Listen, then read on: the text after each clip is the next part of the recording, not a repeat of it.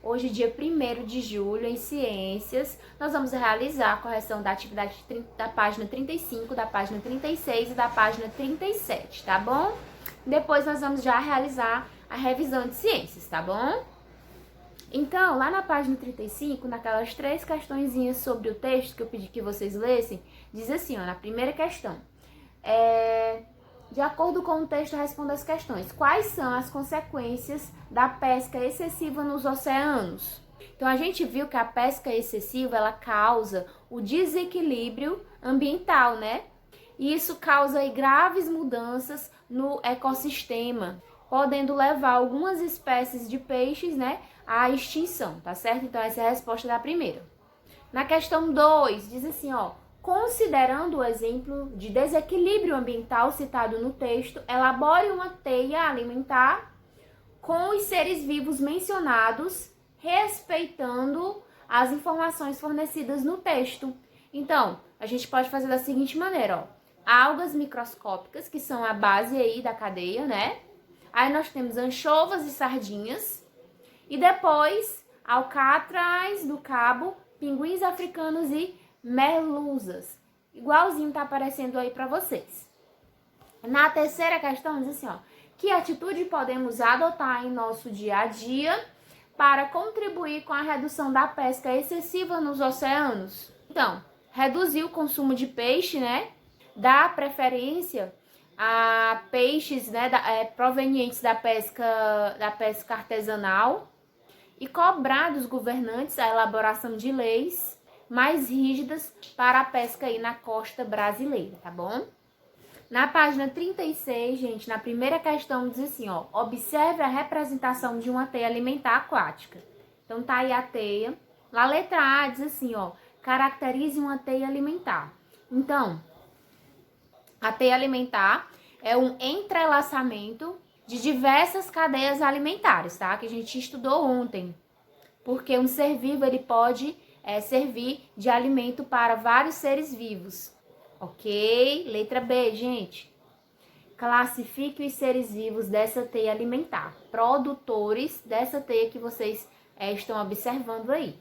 Ó, produtores são as algas. Consumidores, larva de mosquito, girino, barata d'água e guaru.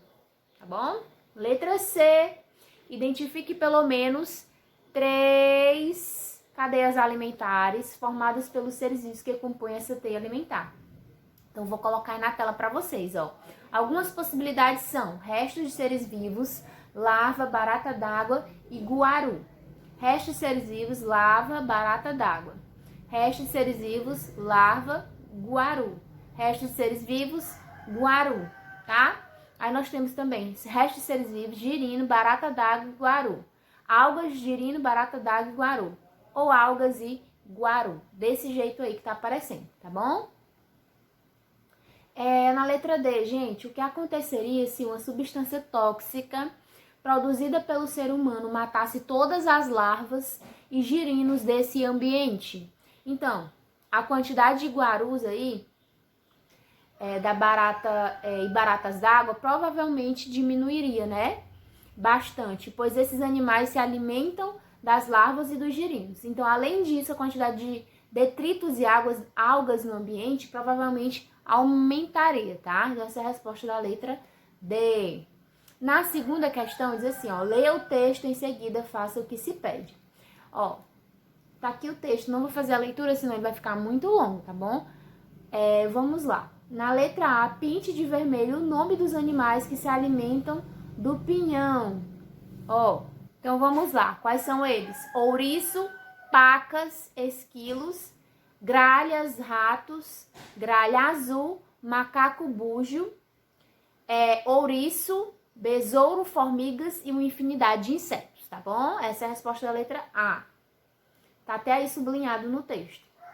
Letra B. Os seres humanos também se alimentam do pinhão, utilizando-o em diversos pratos típicos da região sul do Brasil. Que papel os seres humanos desempenham nessa cadeia alimentar? Produtor? Não. Consumidor? Sim, tá? Decompositor? Não. Consumidor. Letra C. A árvore araucária está desaparecendo em virtude da utilização de sua madeira pelos seres humanos e do desmatamento para dar lugar a plantações e cidades. De que maneira a extensão da araucária pode afetar o ecossistema do qual ele faz parte? Você pode responder que a extinção da araucária causaria aí um grande desequilíbrio ambiental, tá bom? Em seu ecossistema. Por quê? Pois o seu desaparecimento provocaria aí a diminuição das populações de animais que se alimentam de suas sementes, tá? Podendo até mesmo levá-las à extinção. Então, além disso, a extinção dessa árvore pode afetar os seres que dependem desses animais para a sua alimentação. Letra C, tá? Essa é a resposta. E agora, nós vamos agora realizar uma revisão, tá? De tudo que a gente viu em ciências, tá certo?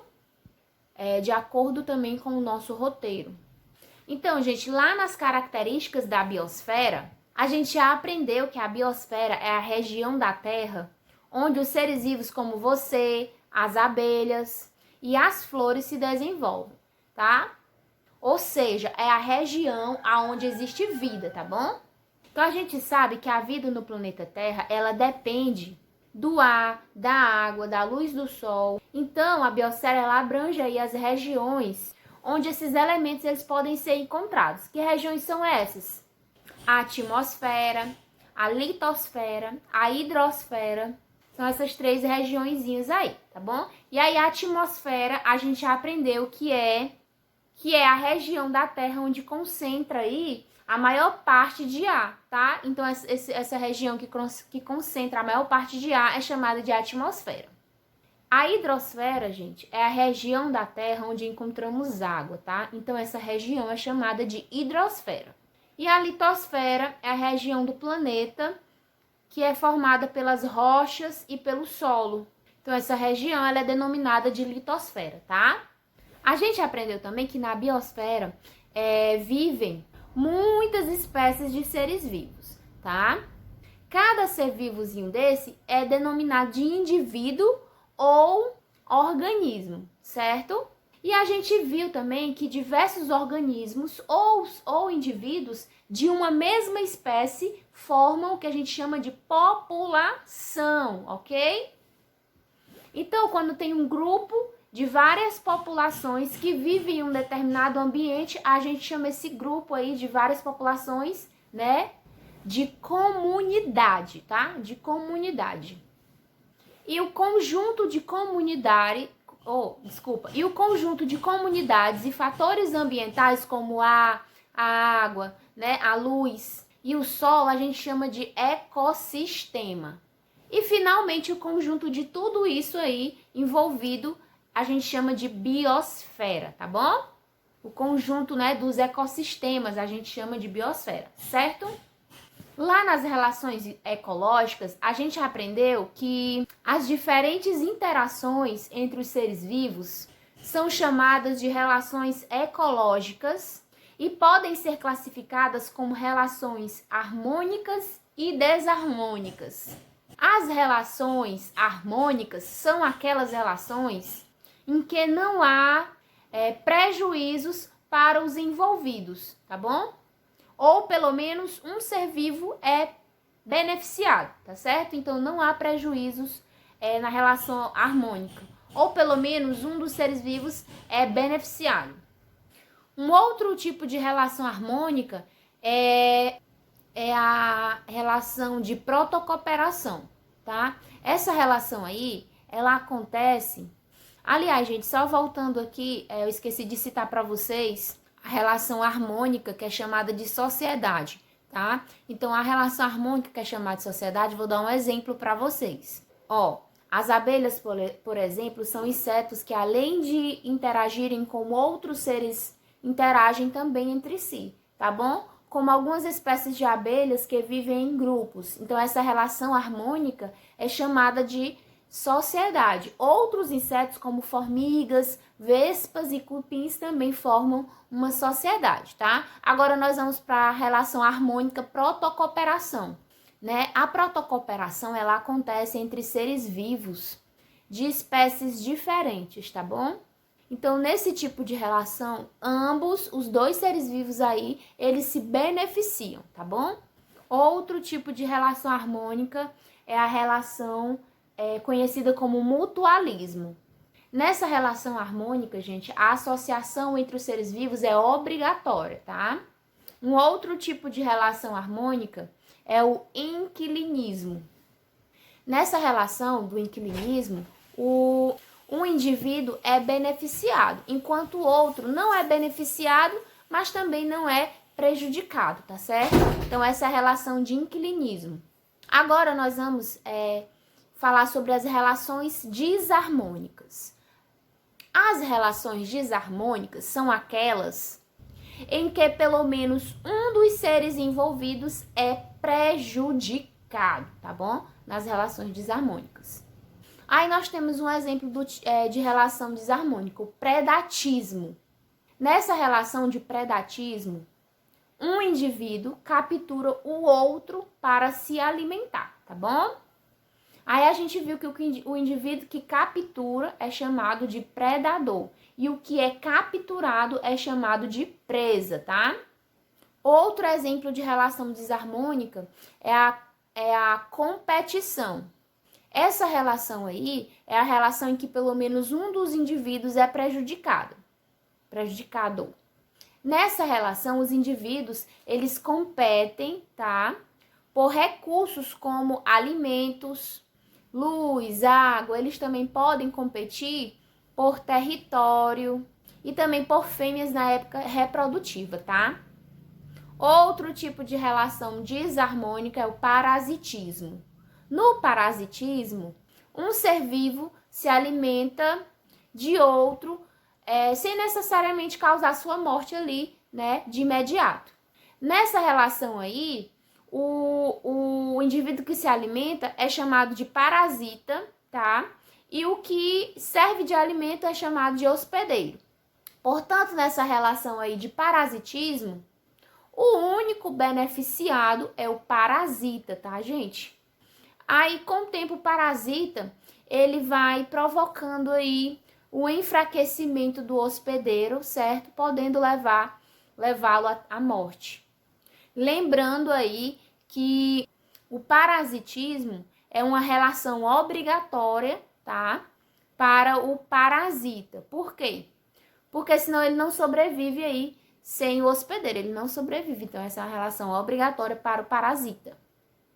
Aí também nós estudamos sobre as cadeias alimentares. A gente viu que a forma mais simples de demonstrar a relação alimentar entre os seres vivos é chamada de cadeia alimentar. Aí a gente estudou sobre os animais carnívoros, os animais onívoros e os animais herbívoros, né? Os carnívoros são aqueles animais que se alimentam de carne, que se alimentam de outros seres vivos. Os animais que se alimentam somente de vegetais são os herbívoros. E os animais que se alimentam tanto de vegetais como de outros seres vivos são chamados de onívoros, tá bom? Aí a gente viu que de acordo com a posição aí que os seres vivos ocupam na cadeia alimentar, eles podem ser classificados como produtores, né? Consumidores e decompositores, tá bom? Então, os produtores são aqueles seres vivos que são capazes de produzir o seu próprio alimento. Como, por exemplo, as plantas lá na cadeia alimentar. A gente viu que as plantas são a base da cadeia alimentar.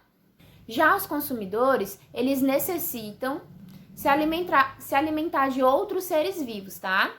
Porque eles não são capazes de produzir o seu próprio alimento, tá bom? Os decompositores são os seres vivos que realizam a decomposição dos organismos mortos, tá bom? Com relação ao que a gente aprendeu sobre fluxo de energia e ciclo da matéria, a gente viu que em uma cadeia alimentar, quando um ser vivo se alimenta de outro, ocorre a transferência de energia e matéria. Aí a gente viu que a energia dos alimentos é utilizada no funcionamento do corpo, né? Como, por exemplo, a respiração, a digestão, entenderam? E a gente viu que essa transferência de energia e matéria ocorre de forma diferenciada nas cadeias alimentares. A gente viu que a matéria ela é totalmente aproveitada nas cadeias alimentares. Então, gente, as plantas, a gente sabe que as plantas elas produzem o seu próprio alimento e os seus nutrientes são transferidos para os animais que se alimentam delas. Então, esses animais, eles servem de alimento para outros e assim por diante. Então, quando esses seres vivos, eles morrem, os nutrientes que formavam o seu corpo voltam para o solo através da decomposição, tá bom? E aí eles podem ser novamente utilizados pelas plantas. Isso aí constitui o ciclo da matéria, tá bom? Aí a gente viu também que o fluxo de energia em um ecossistema ele começa pelo sol, né? Como ocorre? A luz solar é captada pelas plantas, que são os produtores na cadeia alimentar, através da fotossíntese, que a gente já estudou. E aí depois é transferida para os consumidores, tá? E aí, como esses seres vivos, eles precisam dessa energia para realizar as suas atividades, né? Cada nível alimentar aí recebe uma quantidade diferente, aliás, uma quantidade menor, né, de energia que o outro nível, tá? Lá na página 25 tá a ilustraçãozinha aí da questão desse fluxo de energia, né? Como ele é transferido. É bem simples de entender, tá, gente? E por fim, nós temos as teias alimentares. A gente estudou que os seres vivos, eles têm mais do que uma fonte de alimentação, né? Então, quando eles têm mais do que uma fonte de alimentação, faz com que as cadeias alimentares, elas se entrelacem aí e formem sistemas mais complexos. Então, a gente chama, né, esse entrelaçamento das cadeias alimentares de teia alimentar, né, de teias alimentares. Então, as teias alimentares é o conjunto, tá, de cadeias alimentares que se interligam, ok? Então, repetindo, teias alimentares é o conjunto, né, de cadeias alimentares que se interligam. Lá na página 32, nós temos um exemplo de teia alimentar, tá? E aí, a gente vê que a base, né, nós temos a base da cadeia alimentar, que são as plantas, né? E aí, nós temos os seres ali com mais de uma opção de alimento, tá? Isso aí que gera a questão das teias alimentares. E a gente também estudou a questão do desequilíbrio ambiental, né? A gente sabe que para que os seres vivos eles possam sobreviver, né, em uma teia alimentar, é importante que eles se mantenham em equilíbrio. Quando um grupo desses seres vivos ele aumenta ou ele reduz, acontece o desequilíbrio ambiental. Aí a gente viu um exemplo lá na página 33 sobre a questão do desequilíbrio ambiental, né? O exemplo lá do gavião, né? Que aí ele pergunta assim, ó, o que aconteceria se a população de gaviões desaparecesse desse ambiente? A gente vê lá na página 33 que o gavião ele é o predador da serpente, né? Aí, sem os gaviões, que são os predadores da serpente, o número de serpente aumentaria, né? E isso aí impactaria nas populações de rato, de coelhos e também de gafanhotos, que servem de alimentos aí para a serpente. Então, dessa maneira, o desaparecimento, né, dessa ave, do gavião, causaria aí um desequilíbrio ambiental, tá bom? Então, essa foi a revisão de ciências. Espero que vocês tenham aí refrescado a memória, tá? E estudem com calma, não precisa se preocupar, tá bom, gente? Essa é a dica que eu dou pra vocês. Um beijo e até a próxima aula.